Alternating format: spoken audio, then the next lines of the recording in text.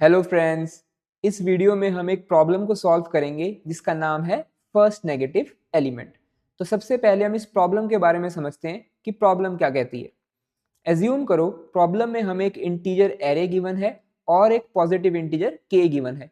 हमें इस एरे के अंदर जितने भी के साइज के सब एरेज हैं या जितने भी के साइज की विंडोज हैं उन सब के अंदर से हमें पहला नेगेटिव एलिमेंट प्रिंट करवाना है। So this is our first window of size K क्या गिवन है, हमें 3 गिवन है, राइट। अब इसके अंदर हमारे पास मल्टीपल नेगेटिव एलिमेंट्स हैं, उनमें से पहला नेगेटिव एलिमेंट क्या है, -5। So for this window the first negative element is -5। Now let's check for the next window और नेक्स्ट सब एरे। सो एक ही बात है, चाहे विंडो कहें या सब एरे कहें। सो ये है हमारी नेक्स्ट विंडो, इसमें हमारा पहला नेगेटिव एलिमेंट कौन सा है, -3।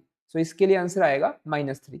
ऐसे ही हमें बाकी रिमेनिंग विंडोज के लिए भी जो नेगेटिव एलिमेंट्स हैं, जो फर्स्ट नेगेटिव एलिमेंट्स हैं, वो फाइंड करने। सो हमारी अगली विंडो है ये, इसका पहला negative element again is -3। Now let's check for the last window of size K. और के क्या है इस केस में, के है 3। सो 3 साइज की ये है हमारी आखिरी विंडो। इसमें हमारा पहला नेगेटिव एलिमेंट कौन सा है, -6। तो यहाँ पर -6 आ जाएगा। नाउ लेट अस एज्यूम कि हमारे पास जो ये एग्जांपल गिवन है इसमें लास्ट एलिमेंट जो होता है वो नेगेटिव ना होता, लेट अस एज्यूम दैट। तो उस केस में हमारा आंसर क्या होता, 0 होता।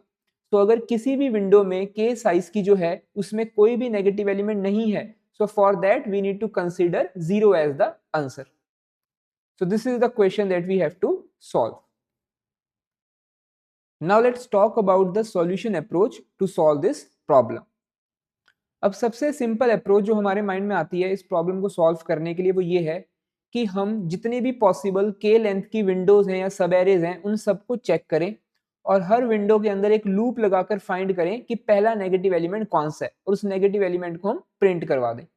So to find out all the possible windows or sub arrays of size k in this given array, the time complexity will be linear. So इस given array में हमें अगर सारे के सारे k लेंथ के सब एरेज या विंडो को फाइंड करना पड़े तो हमारी जो कॉम्प्लेक्सिटी होगी वो उसी के प्रोपोर्शनल होगी जितनी हमारे गिवन एरे की लेंथ है।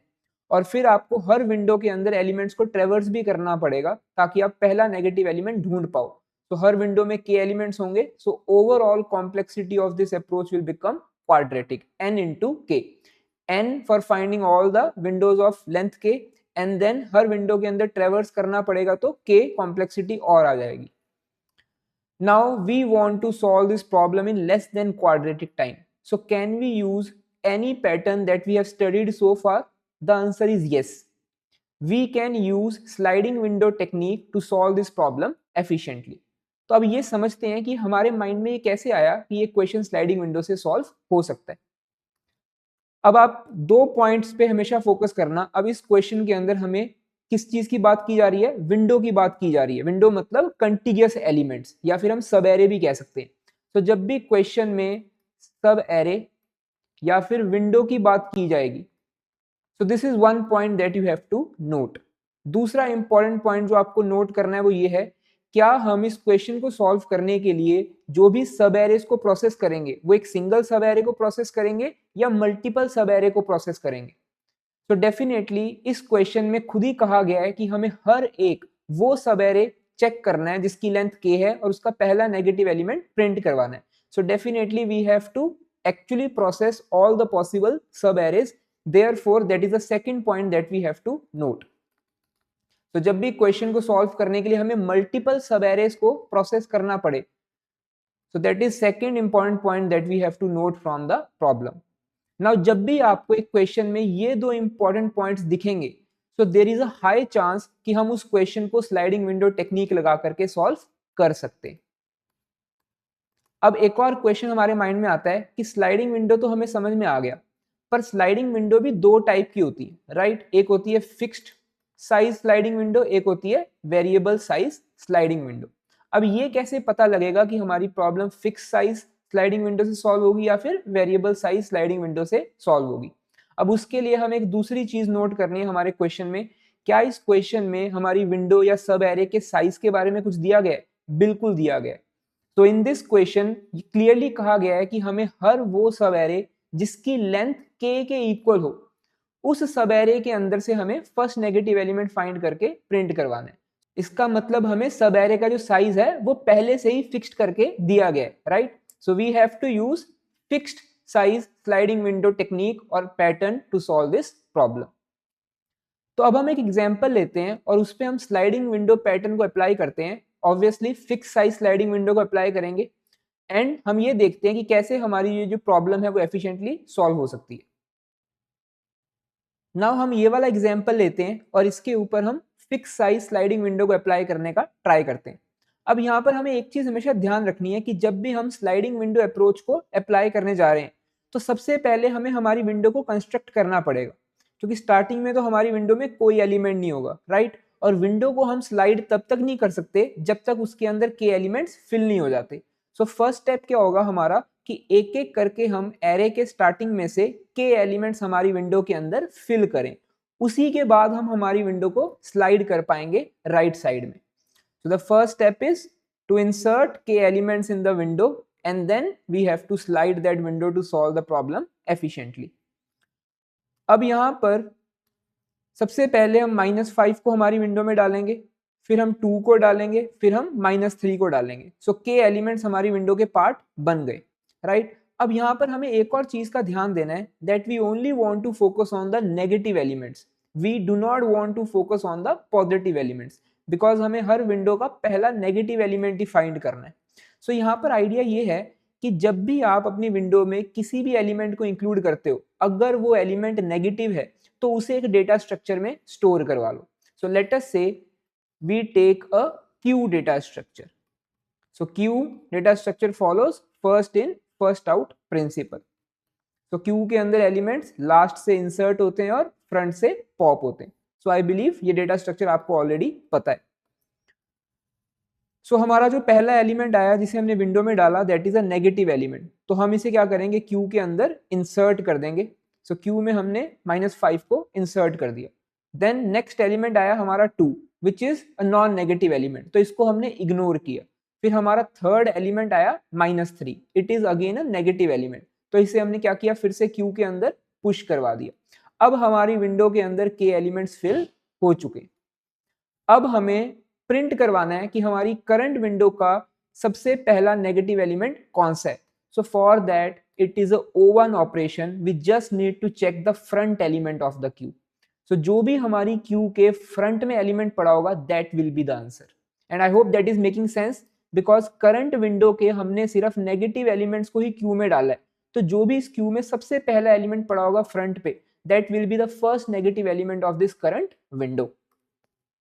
तो सबसे पहले हम हमारी करंट विंडो के लिए क्या आंसर प्रिंट करवा देंगे, -5 प्रिंट करवा देंगे, राइट।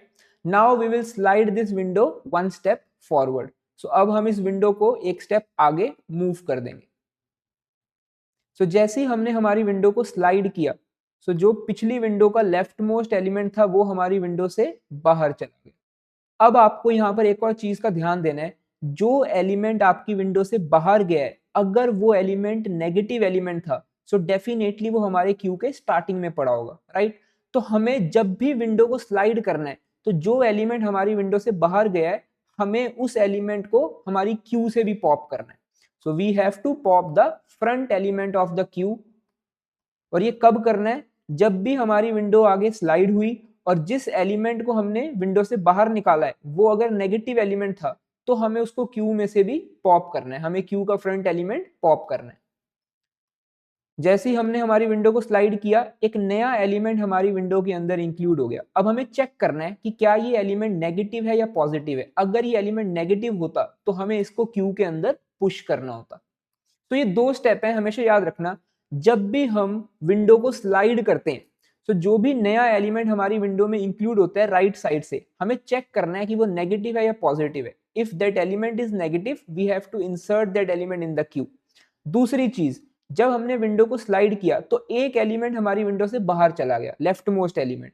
अब वो एलिमेंट अगर नेगेटिव था तो हमें इसको क्यू के फ्रंट में से पॉप भी करना है। तो ये 2 स्टेप्स को हमेशा याद रखना। सो नाउ अगेन हमारी जो नई विंडो है हमें इसका फर्स्ट नेगेटिव एलिमेंट प्रिंट करवाना है and that will be present at the front of our queue. So हमारे क्यू के फ्रंट में क्या पड़ा है, -3, so that will be the answer. So हमें कोई भी लूप नहीं लगानी पड़ रही इस विंडो के अंदर फर्स्ट नेगेटिव एलिमेंट फाइंड करने के लिए। जो भी क्यू में फ्रंट में एलिमेंट पड़ा है that will be the answer. Now let's slide this window one step forward. तो इस विंडो को हम एक स्टेप आगे मूव करते हैं। सो जैसे ही हमने इस विंडो को एक स्टेप आगे मूव किया, this element will be popped out of the window.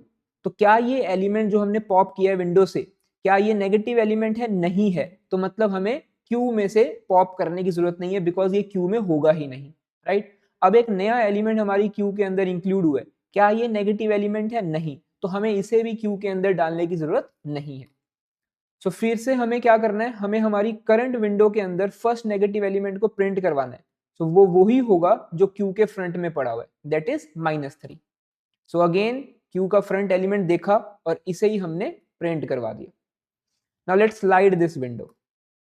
So इस विंडो को जैसे ही हमने आगे स्लाइड किया, so now what will happen, -3 will be popped out of the window and this is a negative element. तो जब भी नेगेटिव एलिमेंट को विंडो से पॉप करना है तो हमें उसे क्यू में से भी पॉप करना है, और वो क्यू के फ्रंट में पड़ा होगा। So pop the front element from the queue. Now जो नया एलिमेंट इंक्लूड हुआ है हमारी जो नया एलिमेंट इंक्लूड हुआ है हमारी विंडो में, हमें चेक करना है क्या वो नया एलिमेंट नेगेटिव है। Yes, so we have to insert that element inside the queue. तो -3 को पॉप करने के बाद हमारी क्यू एम्प्टी हो गई थी। अब जो नया एलिमेंट इंक्लूड हुआ है विंडो में, हमने चेक किया क्या वो नेगेटिव है, वो नेगेटिव एलिमेंट है। तो हमने क्या किया, उस एलिमेंट को क्यू के अंदर पुश करवा दिया। अब मुझे आंसर करना है कि हमारी करंट विंडो का फर्स्ट नेगेटिव एलिमेंट कौन सा है। सो उसके लिए हम क्यू का फ्रंट एलिमेंट देखेंगे और उसे प्रिंट करवा देंगे। Now for all the windows in this array of size k, we have printed their first negative elements. So this is how using sliding window with this queue we can solve the problem in linear time. So time complexity of this approach will be big of n. And one more thing, because we have used an extra data structure in the form of queue, so space complexity will increase. So in this case the space complexity will also be linear. अब इसमें एक और edge case है जो आप याद रखना। अगर यहाँ पर ये लास्ट वाला एलिमेंट नेगेटिव ना होता और उस केस में हम उस एलिमेंट को क्यू में पुश नहीं करवा सकते थे, तो हमारी क्यू एम्प्टी होती। तो अगर हमें इस करंट विंडो के अंदर फर्स्ट नेगेटिव एलिमेंट को फाइंड करना पड़ेगा तो हम क्यू के फ्रंट में देखेंगे, पर क्यू तो हमारी एम्प्टी है। तो वो हमें ये सिग्नल देगा कि हमारी करंट विंडो में कोई भी नेगेटिव एलिमेंट एग्जिस्ट नहीं करता। सो उस केस में हम क्या प्रिंट करवाएंगे, 0 प्रिंट करवाएंगे। So if the queue is empty, then that will signify that the current window does not contain any negative element. So in that case we have to print 0. Now let's look at the pseudo code for this sliding window approach. So ये है हमारी sliding window वाली approach का pseudo code, जिससे हम हर एक k length की window में पहला नेगेटिव एलिमेंट फाइंड करेंगे। तो सबसे पहले हमने क्या किया, एक एम्प्टी क्यू को डिक्लेयर किया। उसके बाद हमने दो वेरिएबल्स लिए l एंड r। अब ये दोनों वेरिएबल्स हमारी जो विंडो है उसके स्टार्टिंग और एंड को डिनोट करेंगे। ओके, सो हमारे पास एक एरे है, उस एरे के अंदर हमें वो सारी विंडोज के अंदर से फर्स्ट नेगेटिव एलिमेंट फाइंड करना है जिनका साइज k है। तो अब किसी भी विंडो या सब एरे को डिनोट करने के लिए हमारे पास उसका एक लेफ्ट एंड होना चाहिए और एक राइट एंड होना चाहिए। उन्हीं दो को डिनोट करने के लिए हमने ये दो वेरिएबल्स लिए। Now first of all we have to construct our window with k elements. तो सबसे पहले हमें हमारी विंडो में k एलिमेंट्स डालने पड़ेंगे, उसके बाद हमारी विंडो स्लाइड होना स्टार्ट होगी। तो यहाँ पर देखो हमने एक बड़ी ही इंटरेस्टिंग कंडीशन लगाई है। ये कंडीशन क्या कहती है कि जब तक आपकी विंडो का राइट वाला एंड k-1 इंडेक्स तक नहीं पहुंच जाता, इसका मतलब ये है कि आपकी विंडो में अभी तक k एलिमेंट्स नहीं आए, तब तक हम हमारी विंडो को स्लाइड नहीं करेंगे। सो बेसिकली हम यहाँ पर क्या कर रहे हैं, स्टार्टिंग में हमारे पास हमारी विंडो में हम एक ही एलिमेंट को कंसीडर करेंगे। सो इनिशियली एल भी 0 इंडेक्स पे पॉइंट कर रहा है और आर भी 0 इंडेक्स पे पॉइंट कर रहा है। So this is the 0th index element, this is first index, this is second index and so on. Let us say this is k-1th and this is kth element. Now starting में both L and R pointing to 0 index, मतलब starting में हमारे पास हमारी window में एक element आएगा। उसके बाद हम आर को इंक्रीमेंट करेंगे, एल यहीं पर रहेगा। सो आर को इंक्रीमेंट करने से क्या होगा, हमारी विंडो में दो एलिमेंट्स आ जाएंगे। फिर से r को इंक्रीमेंट करेंगे तो हमारी विंडो में 3 एलिमेंट्स आ जाएंगे। तो जब जब आप एलिमेंट्स को इंक्लूड कर रहे हो अपनी विंडो में, तो आपको एक बड़ी इंपॉर्टेंट चीज चेक करनी है कि जिस एलिमेंट को विंडो में इंक्लूड कर रहे हैं क्या वो एलिमेंट नेगेटिव है या पॉजिटिव है। If that element is negative तो आपको साइड बाय साइड उस एलिमेंट को क्या करना है, क्यू में भी पुश करवाना है। सो वही हम यहाँ पर कर रहे हैं। सो जिस भी नए एलिमेंट को हम क्यू में जिस भी नए एलिमेंट को हम विंडो में इंक्लूड कर रहे हैं, अगर तो वो नेगेटिव है तो उसे हमने क्या करना है, क्यू के अंदर पुश करना है। Now after inserting a new element in the window we have to check this condition, जो हमें ये बताती है कि क्या हमारी विंडो के अंदर के एलिमेंट्स फिल हो चुके हैं या नहीं। अगर फिल हो चुके हैं, अब मुझे आंसर करना है कि उस विंडो का पहला नेगेटिव एलिमेंट कौन सा है। सो अब वो फाइंड करने के लिए हमने अभी देखा था, हम क्या करेंगे, हम क्यू के फ्रंट में चेक करेंगे। सो अगर हमारी क्यू एम्प्टी नहीं है तो जो फ्रंट एलिमेंट होगा क्यू का, that will be the answer. But if the queue is empty then that means हमारी करंट विंडो में कोई भी नेगेटिव एलिमेंट नहीं है। So we will print 0।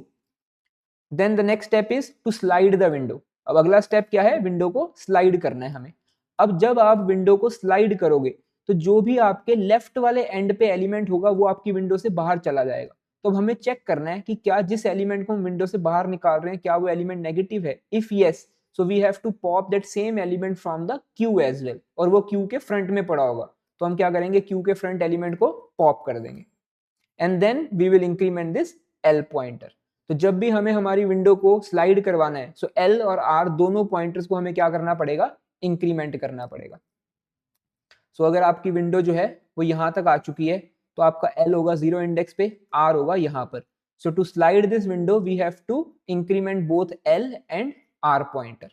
So L pointer हमारा यहां पर इंक्रीमेंट होगा, फॉर लूप जब आगे चलेगी तो आर पॉइंटर भी इंक्रीमेंट हो जाएगा। So this is how using sliding window along with the queue data structure we can solve this problem in linear time, and this is the pseudocode for that. Now before ending this video I want to leave you with a very important exercise. तो आप एक काम करना, अभी हमने जो algorithm सोचा है उसकी जो टाइम कॉम्प्लेक्सिटी है वो लीनियर है, बट उसमें हमारी जो स्पेस कॉम्प्लेक्सिटी है वो भी इंक्रीज हो गई है, वो भी क्या हो गई है, लीनियर हो गई, क्योंकि हमने क्यू डेटा स्ट्रक्चर यूज किया है। अब आपके लिए एक एक्सरसाइज है कि आपको इसी प्रॉब्लम को लीनियर टाइम में ही सॉल्व करना है, पर बिना किसी स्पेस के। So think about it. So without using any extra space, how to solve this problem in linear time. So उसमें भी हमें स्लाइडिंग विंडो ही यूज करनी है, बट उसके अंदर हम कोई भी एक्स्ट्रा डेटा स्ट्रक्चर यूज नहीं करना चाहते। So that's all for this video. Thank you everyone.